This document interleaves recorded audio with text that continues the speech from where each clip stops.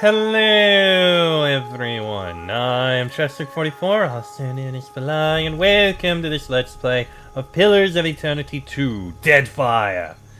Last episode, we made our way to Sayuka and delivered we smuggled a person over. Not a slave, it was just a person who wanted to be here.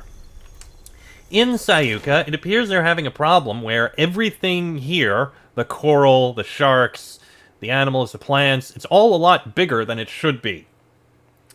So the fleet master told us, hey, talk to the people in the workshop, try and figure out what's going on. We'll get to that. Also, we found Romaro for Seraphin.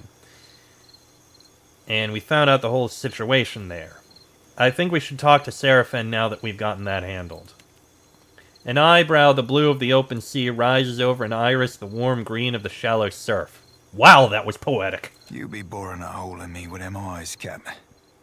I'd offer an obol for your thoughts, but I prefer not to make deals I ain't got no intention to keep. Could say the same of you. You doing okay? I'd be fine, actually. Strange though it be. If you want to talk, I'll listen. Not sure there'd be much to say, Captain. He looks away. Oof, quite a bit to talk to.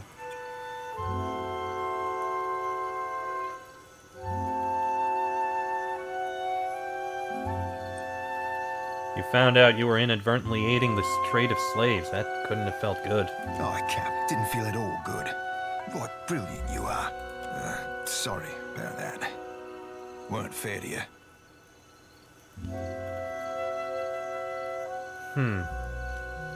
We need to tell the Consuelo about Bastian slaving to set the record straight.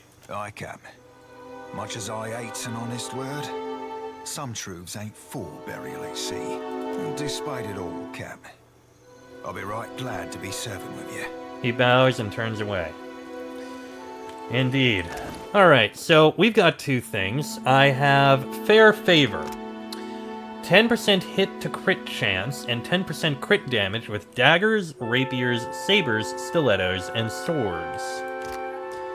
I would lose out on the Perception, Religion, and Insight, which I do want to keep. You, however, you've got Captain's Eye, which is Resistance to Perfection.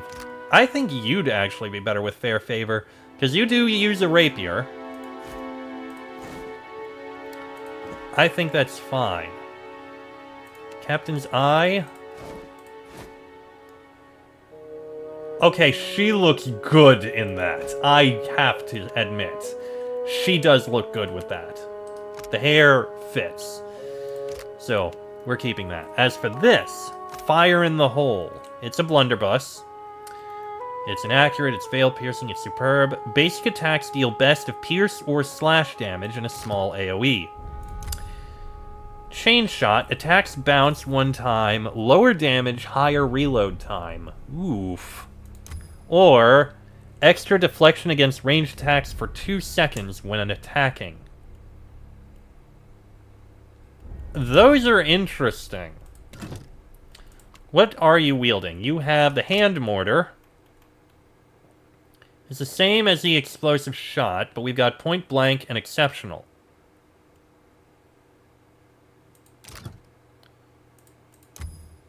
I could do superb if I wanted. Yeah, and I can only pick one of those. Honestly, Fire in the Hole. It's superb. That's the only real difference. The other things, it's not as good. The hand mortar has a much lower reload time, too. This has a much higher reload time. Honestly, Fire in the Hole is not that great. The only difference is I can get Chain Shot or Concealing Smoke, and honestly, I'm not keen on it. I'm gonna give it to you so that you can just hold on to it, because it was specifically given to you, but that's it. Alright. Well, let's do some exploring.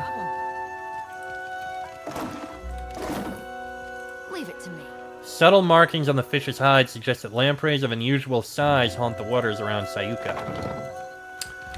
Well, we got a workshop here. May as well start by taking a look in here. This is where we'll find a key thing for a quest.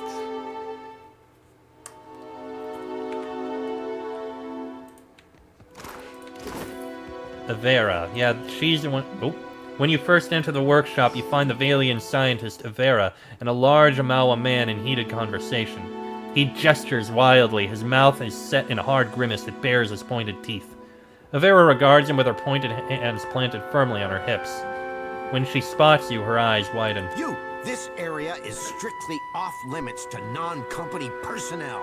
What are you doing here? Calma, amico. Is this not the casita your Asanui said she would send? That's me. How can I help? Praise be. The coral in the harbor is growing out of control, and we've found no way to stop it. We're at our wits' end.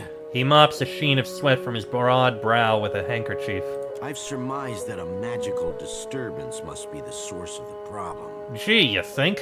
So far as I can tell, the most likely candidate is a strange magical signature emanating from someplace off the southeast coast of the island, deep beneath the sea. The Huana's records show that an ancient Nguithan ruin, Signaf Mor, once stood at that approximate location. An Nguithan ruin. Okay. I do not doubt that something in that ruin is the source of the trouble. Perguano, take this. It is my masterpiece, Uck. She heaves a large, bulbous helm off a nearby shelf and hands it to you. Diving equipment. Okay. The helmet should allow you to breathe underwater for time enough to deal with the disturbance, provided, of course, that you hurry. You're not exactly short-handed here. Why not send your own people? None among the company share your particular, history with Nguithan artifacts. Ah, okay, yeah, that explains it. You are, in essence, the perfect candidate for our our research. It's not the first experiment I've dealt with. The Royal Deadfire Company thanks you for your assistance, Watcher. And your bravery. Aura Taugori. Alright. So that'll be something to look at. The Hasanui demand additional cannons. We must oblige her. We cannot spare the weight. Already the ballast is overtaxed. Increase the size of the ballast then. And store it where? Then we must increase the size of the ship. Take your concerns to the Valian. This mess is her responsibility now. The glass inset in this strange dome is very thick. Uck, so much to do, so few hours in the day. Stay out of the way. Is that all you guys have to say? Okay then.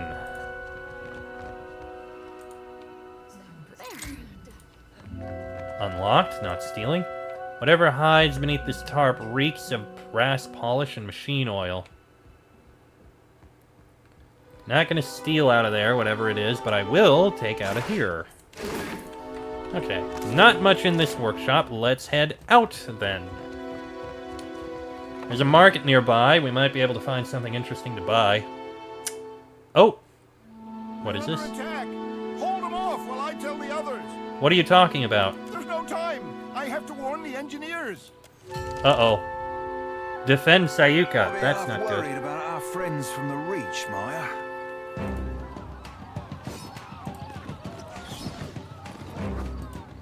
Uh-oh. Just like We'll get in talking soon. We've got, Bog Druid.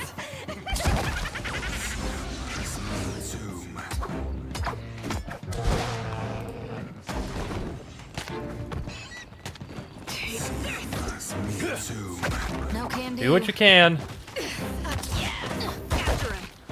Great. So it looks like we're dealing with druids here.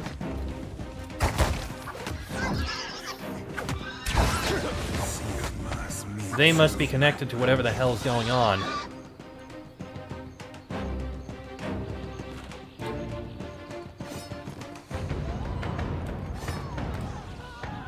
There's gotta be more fighting going on around here. I don't know where, but somewhere. There we go, down here. Just hitting the water. Get on him.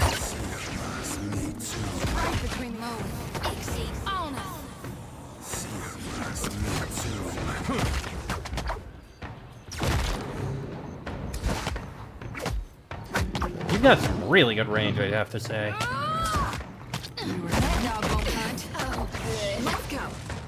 Why does it always turn off? Okay. That's defended. Didn't see that coming. On the plus side, everyone's okay. What is this? Exception. Yeah, it's just a club. Okay. Right. We should check on the Fleet Master and make sure she's okay.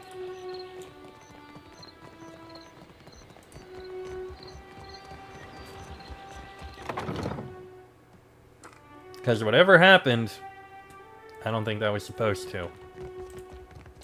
Oh, there you are.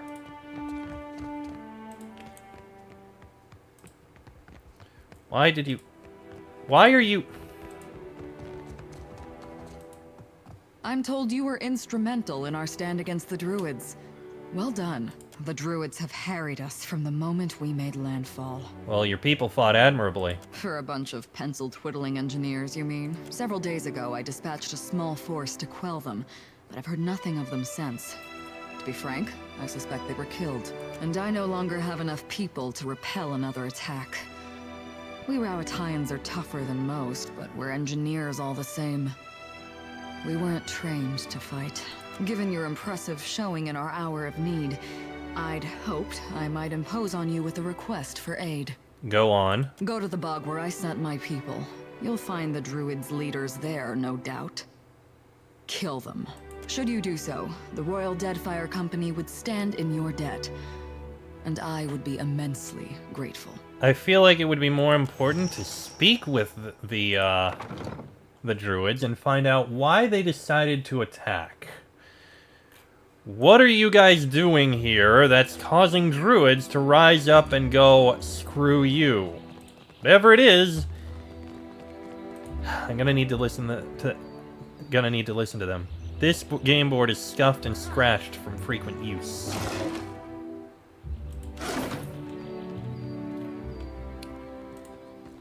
Alright. Well, there was a merchant over here. Still here. I'll speak to you in a minute. Oh, there's a couple. And a lonely dog, too. The fish on these racks have grown many times larger than their species usually get.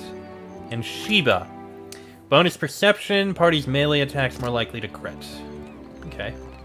Takwa. As you approach, the fish vendor flashes you a broad, cheery grin. He beckons you over with a wave of his hand and directs your attention to his latest delivery. All the wonders of the sea, and more beside. Okay, you are just a fish merchant. Fair enough. How about you? A young woman leans against the till, her eyes half closed. She jerks awake when she hears the scuff of your boots on the flagstones and fumbles about for something to polish in an effort to look busy. What can I do for you? She surreptitiously wipes a bit of drool from the corner of her mouth. What can you tell me about this place? Sayuka? Bit of a backwater if you ask me, but don't tell the Fleet Master I told you so. This used to be where the fleet would send a person after they'd seen a fellow sailor blown to bits by a cannonball or what have you. That was before those mad druids out in the bog started sending bears and wild cats over the walls, of course. Let me know if you're in the market for something pointy. How'd a human end up serving with the Royal Deadfire Company? Everyone's always gotta ask. Not that I blame them. It is a good story. She slips a long, thin blade from the length of her boot and begins to clean her fingernails. I was seeing this guy. Let's call him, oh, I don't know, Kono. Kono and I had been carrying on a while when I started making noise about wanting to move in. Frightened the boy so bad, he went and joined the Royal Deadfire Company in the middle of the night. Thing is, I'm a deft hand with a throwing knife, and I know my way around 10 kinds of blades. I see. So I followed him into the service. Pulled my weight, got on a good ship. Kono eventually left to go to poetry school or what have you. But I stayed. Haven't heard a complaint yet. Well, that's an amusing way to do it. Alright, what do you got? Stalker's Patience. So that's a spear. Hits with this weapon cause damage. Damage to flank targets. And Distrajo, a great sword. Chance to shaken target on crit and grants Red Tear. Restores health of the wielder. Okay. And a bunch of other things. Well, we do have some stuff that we can sell. May as well.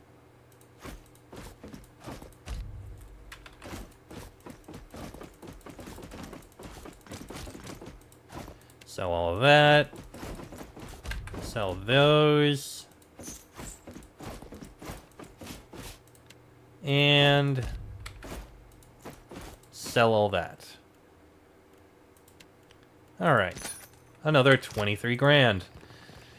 Now, there appear to be a bunch of people talking over here. Tipo Weto Rawahi. Rautines sleep and eat all together and tell us to do the same. A broad-shouldered man with a long, jagged scar across his brow argues with a woman outside the longhouse. He throws his hands up, about to shout, but the woman cuts him off mid-exclamation. I will not return to the longhouse, Weto, never! And I won't blunt my teeth about it further! She plants her hands firmly on her hips and juts out her chin in defiance. But what are you so stubborn? The Rawatines do us a great favor and you spit in their faces! Weto ceases his shouting when he notices you listening in. What do you need? Is there a problem here? Not at all, not at all. My sister and I are just having a small disagreement. Weto rubs at the back of his neck and looks away, embarrassed. It is because you speak like this that I yell at you in the first place. You're beginning to sound like those Rawatayan outlanders, and it shames me to say so. What's your problem with the Rawatayans? Ignore her. She has an urchin up her ass about her cousins from the north and can't be persuaded. I should know. I've tried. He shoots Tippa an irritated look and rolls his eyes. Is it so unreasonable to want to protect my culture, our culture, from our greedy neighbors? She spits on the ground between you and grits her teeth. They arrive in ships laden with goods they believe will please us and think that gives them the right to build their walls on our land. Then, they act surprised when we don't all fall at their feet with cries of gratitude. I'm just going to shrug. We are no strangers to the menaces of the Deadfire. Pirates, colonials, Nagati's children. We have bested all of them before. We don't need them or their walls to keep us safe. And we surely don't need their longhouse. Weto, why do you support the Rawatayans? We are no strangers to storms. But last year we suffered many powerful ones in quick succession. And our harvest of Kawiki fruit was destroyed. Price share was rationed. Famine loomed. And then the Rawatayans sent ships. Load after load of food. Enough to see us to the next harvest. They could have left us to die. But they didn't. It was only a ploy to make us dependent on them, Akira. We took their food and helping hands, and now we sleep in their buildings and watch the sea from their walls. What does all of this have to do with the Longhouse? Another of the Rawatayans' tricks. When our huts were destroyed in the storms, they did not rebuild them like they were as we requested. They built this longhouse instead. Are you not one people? They said. Why do you live divided, each cast apart from the others? They believe they know what's best for us, but how we live is not their business. The Fleet Master says we are weak because we don't work as one. She doesn't see that it's our differences that make the Huana strong. She doesn't want to see it, lest it put the lie to their enterprise here. The Huana and Rawatines are both Amala. Why not be allied? Under whose banner? Rawatai's? Then we cease to be Huana as surely as if they conquered us. We have the land and resources Rawatai needs, and they have the military might we lack. We share a common ancestor. Why not create a common culture? Together we would be strong. I say, if you truly believe that, then you're a bigger fool than I thought. And it's an option to make a choice, whether the Huana should forge their own path, the Rawatines understand what's important, or you're all in over your heads. In truth, I am just going to leave this and not make a comment there, because, in truth, both sides have their point, at least in this case. The Rawatayans came in and provided health and assistance, and provided help, food, and assistance when the people here were on the verge of dying due to starvation.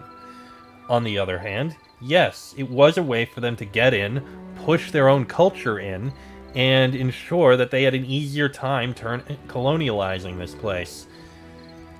It's a tough thing, and I can't really put a side on either thing. You can't completely push aside their support when you're going to die. But you also can't completely roll over and become fully on their side.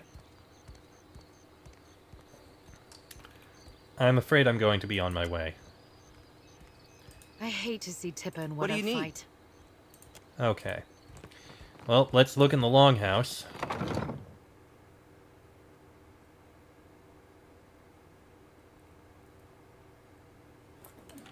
Hear my prayers over all this noise?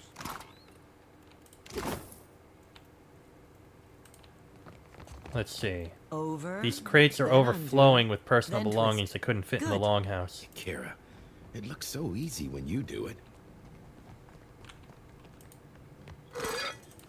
There are quite a few people around here. These near-identical beds are well built but offer little privacy. Well, let's see who this person all the way at the top is. Oh, Mataru room, Kuaru room, Roparu quarters. Waturi. Those Raparu dare make such a racket in my longhouse? What were those royal Deadfire fools thinking? A large Wana man glares down the length of the building, his fists clenched. Well, you're a bit of an ass. You'd feel the same if you knew anything about the Juana. The warrior grunts, a sneer lifting his lip. What do you want? Your room's much nicer than the others. I am Mataru, a warrior. The best quarters are mine by right. And yet I cannot display my most precious possession, my grandmother's warhammer, for fear the Raparu might steal it. It is absurd. Why would the Roparu steal your stuff? They know no better. A Juana soul is not born into the Raparu without reason, after all. He can hardly resist rolling his eyes. How did the Royal Deadfire Company come to control Sayuka? Not even the greatest Mataru can stand against a fleet of Rawatayan warships. The warrior speaks with a bitter shake of his head. Alright, and as for you two... A middle-aged Kuaru woman raises her brows in question when you approach, her hands too full with braided ropes of dried reeds to greet you properly. Beside her stands an elderly Roparu man, awkwardly grasping his old bundle of reed rope. Oh, hello. Come to watch me tie rugs, have you? Asaru, he has been teaching me. He indicates the woman beside him with a dip of his chin. The corners of his mouth twitch like he's trying to hide a smile. What say, traveler? Isn't it unusual for Kuaru and Roparu to do the same work? It is, as you say. But I have always admired the beautiful rugs Asaru makes. And Nadunga can fix anything. Is it not reasonable we should learn from each other? Though she smiles as she speaks, Osaru's words hold a defensive edge, as if she's had to explain their unusual arrangement many times before. Akira, especially if we must suffer Waturi together. A sly grin spreads across the old man's face, and he elbows Osaru playfully in her side. Just so. Osaru swats his arm away with a small laugh. Then her thoughts returning to Waturi, she makes a face like she's bitten into an underripe koiki fruit. Is it stressful having all the casts living together in one building? It's not so bad, excepting the nights Waturi gets into the palm wine. Akira, but that man does snore loud enough to call down the rains. She snorts, and Nadunga beside her smothers a raspy chuckle. There is hardly any space to tie my rugs, to be certain. And I haven't had a moment to myself in weeks. But there are also new friends to be made. Nadunga finishes her sentence with a warm smile. Can you teach me how to tie a rug? It's not a skill one learns in an afternoon. But should you wish to spend many months here in this longhouse, you're welcome. I say, we have the room.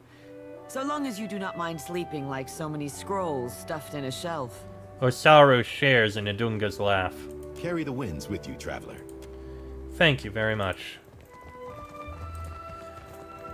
I do feel like I kind of have to make a choice on what is being said with the group out here. What do you need? Not at all, not at all. It is because you Ignore. They arrive in ships laden with goods they believe will please us and think that gives them the right to build their walls on our land. We are no straight. We don't need them or their walls to keep us safe. So the Huana should forge your own path, or the Rawatayans understand what's important, or you're all in over your heads.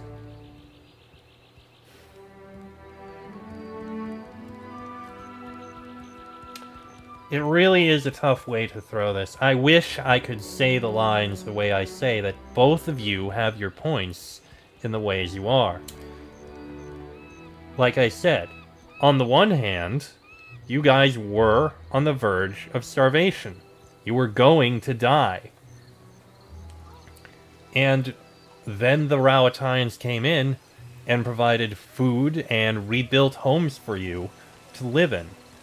But on the other hand, she has a point that they pushed their culture and their way of things onto you with the Longhouse. While I do agree that people should be able to live together, and the caste system isn't exactly the best system in my opinion, it is also the way their culture works. And it's something that they should decide if their culture should change. The Huana should be the ones to decide if their culture should change. But they shouldn't be pushing away assistance. The middle ground is, unfortunately, you're all in over your heads. Then leave, Akira. Unless you wish to drown with us both. Tippa sneers and crosses her arms over her chest. She looks away, her teeth clenched. I say, if you have nothing constructive to add and don't intend to help, then take my sister's advice and go. We have cynics aplenty. We will live without one more. Wedo squeezes Tippa's shoulder and frowns. She twitches and looks at him from the corner of her eye, but doesn't move to shake him off. What do you need? And I guess see Tippa and Wedo fight. You have nothing else to add. It's unfortunate, but I guess that's the situation here. Anyway, with that, I am going to go ahead and end this episode here. Next episode, we are going to head out of Sayuka. Although before I do... Oh, I can actually do it this way. First, I'm just going to head out to sea. Specifically because I want to change who my companions are. With Seraphin's quest completed, I don't need him here in Sayuka anymore, and I'm going to take someone else. And now that I think about it, if we're going against druids, I think the ideal person to bring with us to deal with druids, or at least to speak with them, would be our own Huana. Okay, yeah, it suggests her, but I think we should take Takehu. Malnaj, Signath Moore. First things first, we're going to be dealing with things here. So go into Sayuka for a minute, just so we can be in here. And then I'm going to go ahead and end this episode here. Next episode, we'll go out onto the island itself and see if we can do something to deal with the druids. Hopefully in a more diplomatic way than having to kill all of them. But that'll be in the next episode. So until then, I am Chester44, also known as Fly. That is Laniara, Adair, Joti, Maya, and Takehu. This has been a Let's Play of Pillars of Eternity 2, Deadfire, and I shall see you all next time.